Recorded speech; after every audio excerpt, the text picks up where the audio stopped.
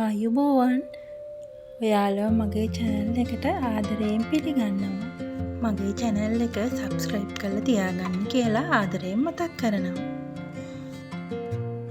මගේ ගෙදර රසට පැස්ට හදන්න කොහොමද කියලා අද මේ වීඩියෝ එකෙන් බලමු. ඉස්සෙල්ලම පැස්ට ටික තඹ ගන්න අවශ්‍ය ප්‍රමාණයට වතුර ටිකක් ලිපට කරලා වතුර ටික උතුරගෙන එනකොට බටර් මේස හැන්දකුත් දාලා පැස්ට ටිකක් දාලා හොඳින් කලවම් කරගන්න ඕන. ඊට පස්සේ වතුර උතුරනකොට පියනෙන් වහලා පැස්ට ටික තඹ ගන්න.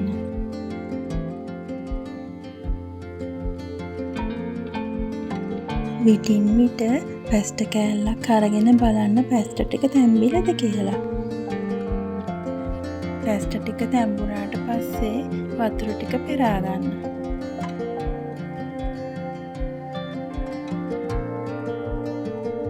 දැන් පෑන් එකක් ලිපේ තියලා තෙල් ටිකක් දාලා තෙල් ටික රත් වෙගෙන එනකොට හීනියට කපාගත්තු සොසේජස් ටික දාලා හොඳින් හැඳි ගාමින් සාමාන්‍ය ගින්දරේ මේක බෙද ගන්න ඕන.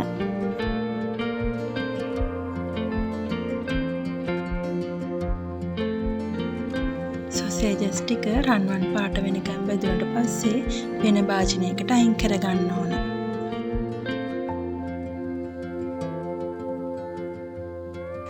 දැන් ආපහු පෑන් එකට තෙල් ටිකක් දාලා සුදු ලුණු බික් 3කුයි පුංචි ඉඟුරු කෑල්ලකුයි තලාගෙන එකතු කරගන්නවා. ඒක පොඩ්ඩක් තෙලේ බෙදෙනකන් හැඳි ගන්න. ඊට පස්සේ හීනියට කපාගත්තු රට ලුණු ගෙඩියක් එකතු කරලා පොඩ්ඩක් කලවම් කරගන්න ඕන.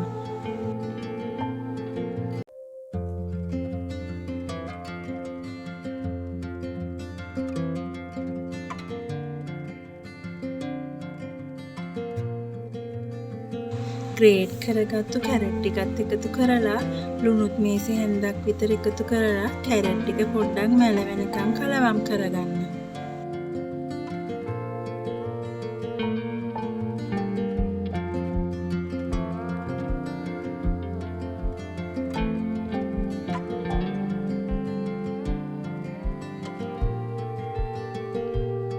දැන් කැරට් ටික පෑන් එකේ එක පැත්තකට අයින් කරලා බිත්තර දෙකක් ලුණු ගම්මිරිස් ටිකක් දාලා බිට් කරලා එකතු කර ගන්නවා.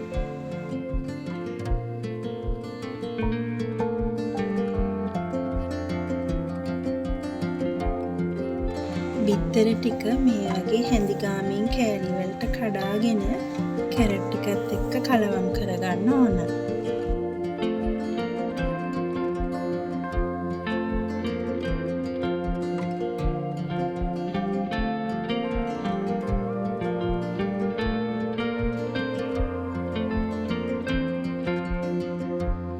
ඊට පස්සේ කලින් තඹගත්තු පැස්ට ටිකයි වැඳගත්තු සොසේජස් ටිකයි හීනියට කපාගත්තු ලීස් ටිකකුයි එකතු කරලා කලවම් කරගන්නවා.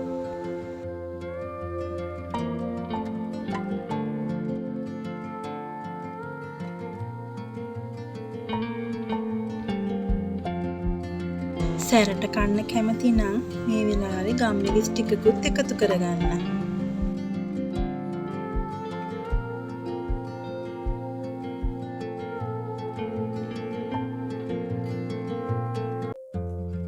පැස්ට එකේ රස වැඩි කරගන්න මම මේ වෙලාවේ සෝයා සෝස් මේසෙ හැඳි දෙකකුයි ඔයිස්ටර් සෝස් මේසෙ හැන්දකුත් එකතු කරලා කලවම් කරගන්නවා.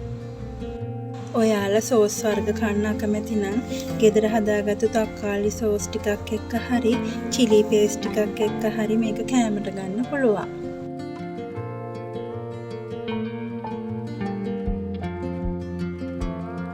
ඔයාලා මේ වීඩියෝ එකට කැමති නම් ලයික් කරන්න, කමෙන්ට් කරන්න, ෂෙයා කරන්නත් අමතක කරන්න එපා.